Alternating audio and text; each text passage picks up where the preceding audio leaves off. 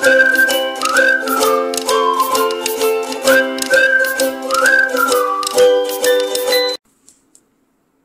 स्वामी समर्थ। मी नैना, तुमचं माझ्या स्वामी सेवेकरी नैना या यूट्यूब चॅनलवरती स्वागत आहे। आज मी तुम्हाला मार्गशीर्षच्या पहिल्या गुरुवारी मी कशी पूजा केली हे सांगणार आहे। जर तुम्ही माझ्या चॅनलवरती नवीन असाल तर चॅनलला सबस्क्राइब करायला विसरू नका आणि व्हिडिओ शेवटपर्यंत नक्की बघा। श्री स्वामी समर्थ। तर पहिल्या गुरुवारी मी सकाळी लवकर उठून नित्यकर्मे करून सगळ्यात अगोदर केलेला आहे उंबरठा पूजन।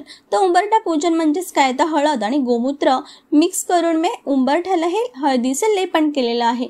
त्यानंतर रांगोळी काढलेली आहे, हळद कुंकू पुष्प अर्पण केलेले आहेत आणि त्यानंतर उंबरठ्याची धूप आणि दीप दाखवून मी पूजा केलेली आहे। पूजा करून झाल्यावरती मी रांगोळी वगैरे पण काढलेली आहे। हे हळद आणि गोमूत्र ह्यांचं मिश्रण म्हणजे आपण जेव्हा गुरुवारी असे लावतो तेव्हा घरातून नकारात्मक गोष्टी बाहेर जाण्यास मदत होते आणि घरात सकारात्मक ऊर्जा आपल्या घरामध्ये येत असते अशी मान्यता आहे।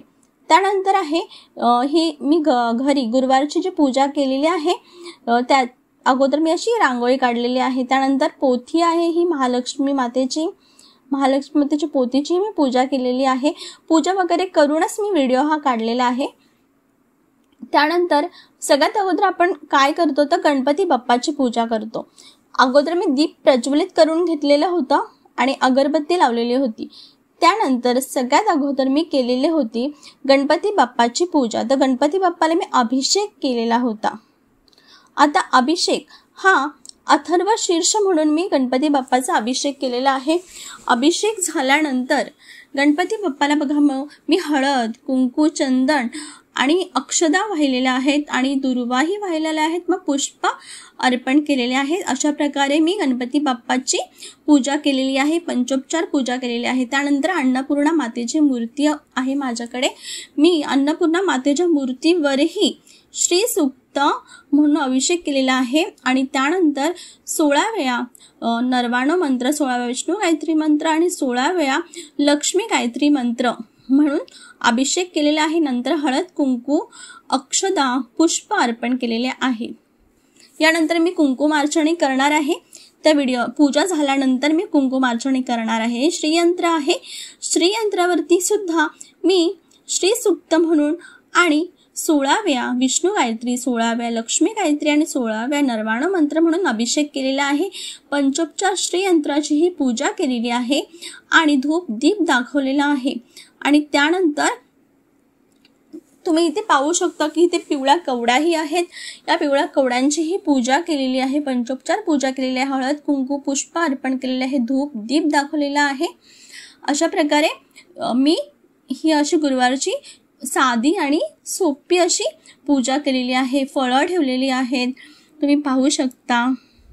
दीपपूजन मी सगळ्यात अगोदर करून घेतलेलं आहे। दीपपूजन झाल्यावरती पिवळ्या कवड्यांची जी सेवा आहे आर्थिक लक्ष्मी प्राप्तीसाठी, त्याचा सुद्धा मी व्हिडिओ नक्कीच करेन नेक्स्ट व्हिडिओमध्ये। त्यानंतर आहे कलश पूजन। तर कलश पूजन करायच्या वेळेस मी काय केलेले आहे, अगोदर तांदळाचे अष्टदल कमल काढलेले आहे आणि त्यावरती मी कलश ठेवलेला आहे आणि त्या कलशामध्ये एक नारळ, सुपारी, दुर्वा, हळद कुंकू पुष्प टाकलेले आहेत, अक्षदा टाकलेल्या आहेत आणि आंब्याची 5 पानंही लावलेली आहेत आणि त्यानंतर थोडंसं गुलाबजल, थोडंसं गंगाजल टाकलेलं आहे आणि त्यावरती मग मी नारळ ठेवलेला आहे आणि त्याला नंतर मी ही देवीची प्रतिमा लावलेली आहे आणि प्रतिमेला मग मी असं छानसं असं सजवलेलं आहे आणि असं ही देवीचं छान स्वरूप असं खूप छान आणि प्रसन्न वाटत आहे। हा पत्री आहेत ते असे मी मागे ठेवलेले आहेत। अशा प्रकारे मी ही पूजा केलेली आहे। दक्षिणावरती शंख आहे, या दक्षिणावरती शंखाचीही पूजा केलेली आहे, त्याच्यावरती मी अभिषेक केलेला आहे आणि ही लक्ष्मी मातेचा फोटो आहे। लक्ष्मी मातेचा फोटोला मी स्वच्छ पुसून घेतलेला आहे, गंगा जलनेही पुसून घेतलेला आहे आणि पंचोपचार हळद कुंकू पुष्प अर्पण करून धूप दीप दाखवून मी पूजा केलेली आहे। आपले महाराज आहेत,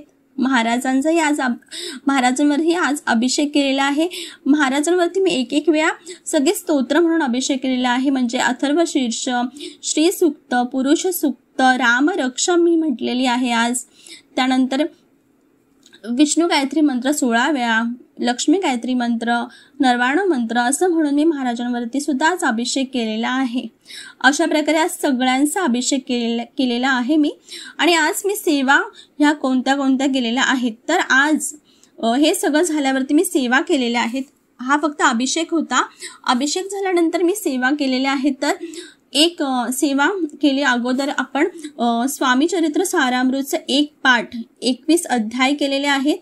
त्यानंतर मी पुन्हा केलेला आहे 11व्या तारक मंत्र आणि 11 माळी श्री स्वामी समर्थ ह्या मंत्राचा जप। हे झाल्यानंतर नित्यसेवेतले आपले व्यंकटेश स्तोत्र मी केलेलं आहे। आणि आपले जे स्तोत्र मंत्र आहेत त्यातलेही सगळे स्तोत्र मंत्र मी केलेले आहेत।